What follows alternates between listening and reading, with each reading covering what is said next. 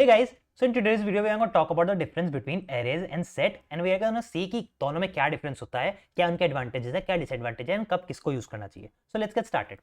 So first let's talk about array. So if we talk about array, so array is a basically array की जो definition बनेगी that array is a index based data structure where data is stored continuously in memory.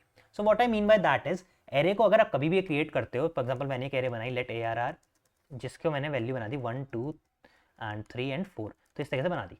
Now in order to get any value out of this array I can use the index. तो basically यहाँ पे array के अंदर जो ये हर value save हुई है 3 हो गया 4 हो गया, ये मेमोरी में एक इंडेक्स पे जाकर सेव हो जाती है. इंडेक्स यानी एक नंबर हो गया बेसिकली. एंड array के अंदर इंडेक्स बेस्ड की वैल्यू स्टोरिंग होती है. सो अगर मैं यहाँ पे console.log करता हूँ एंड जीरो बेस होती है सारी एरे एंड ऐसे करके नोड चलाता हूँ तो एलसी मुझे जीरो console.log जीरो कर दिया, मैंने एरे जीरो करना था मुझे. तो अगर मैं यहाँ पे नोड इंडेक्स करता हूँ वन आ गया. तो यहाँ पे इंडेक्स पे जीरो तो इंडेक्स पे जीरो बेस होती है बिकॉज तो वहाँ पे वन निकल आएगा. तो इंडेक्स बेस होती है सारी एरे. अगर मैं यहाँ टू करता हूँ तो 0 1 2 3 निकल के आएगा. सो अगर मैं नोट करता हूँ तो एलसी 3 आ जाएगा.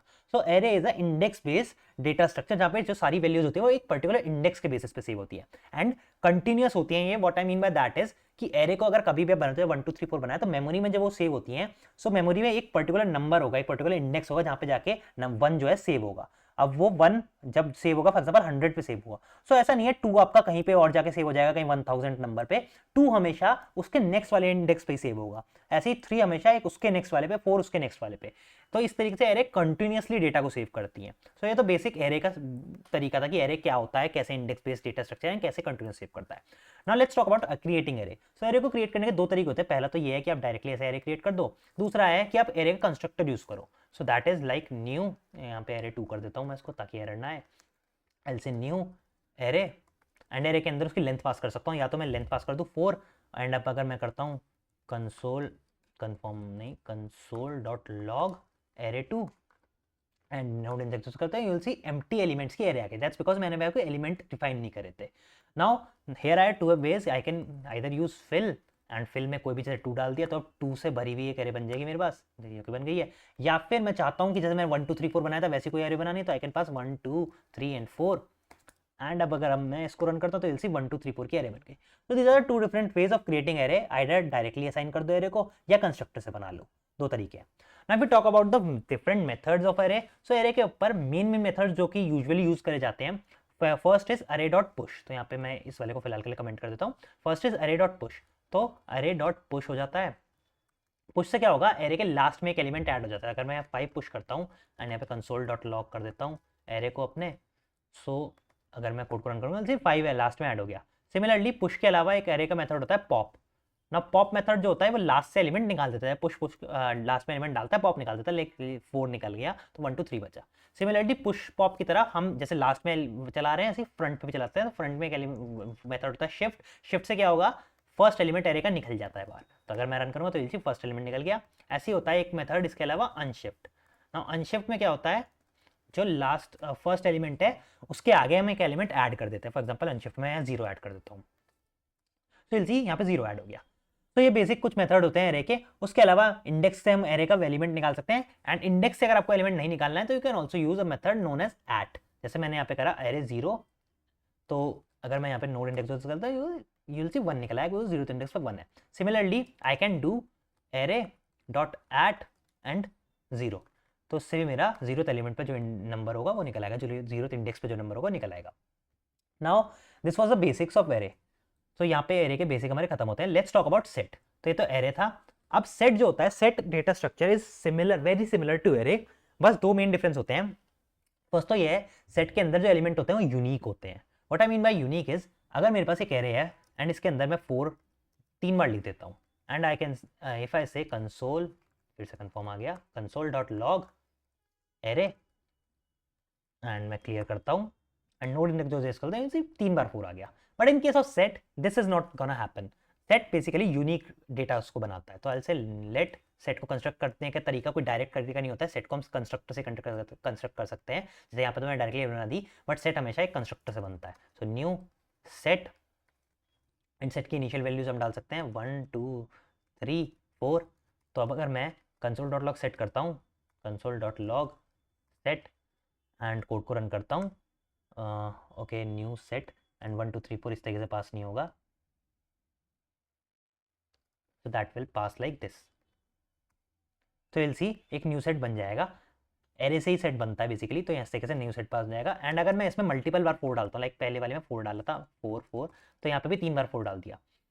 तो अगर मैं नोट करता हूँ तो विल सी ऊपर वाले में 3 बार 4 रहेगा, लेकिन नीचे वाले में सेट जो है यूनिक एलिमेंट्स रखता है। सेट में अगर आप मल्टीपल एलिमेंट, एक एलिमेंट को मल्टीपल बार देते हो यानी डुप्लीकेसी रहते हो, वो सेट के अंदर नहीं आता है। तो this is one difference between set and array.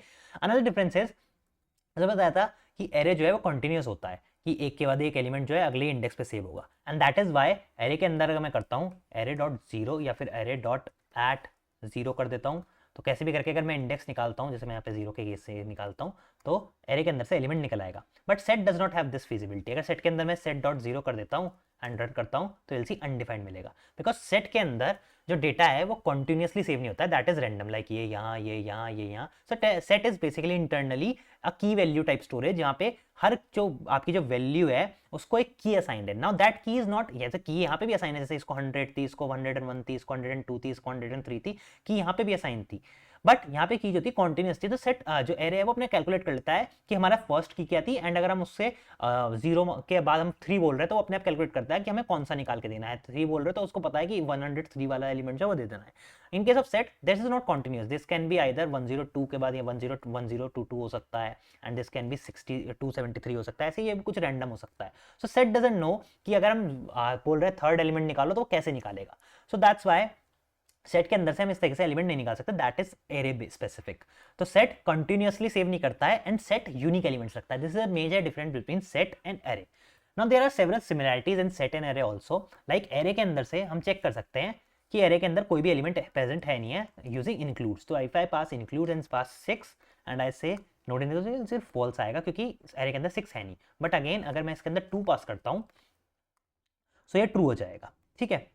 Similarly set के अंदर भी एक मेथड होता है हैज का, तो सेट डॉट हैज, एंड उसके अंदर मैं कोई भी एलिमेंट पास कर सकता हूँ, लाइक मैंने यहाँ पे 6 पास करा तो set will give me false कि भाई 6 नहीं है, एंड इफ आई पास 2 तो this will give me true.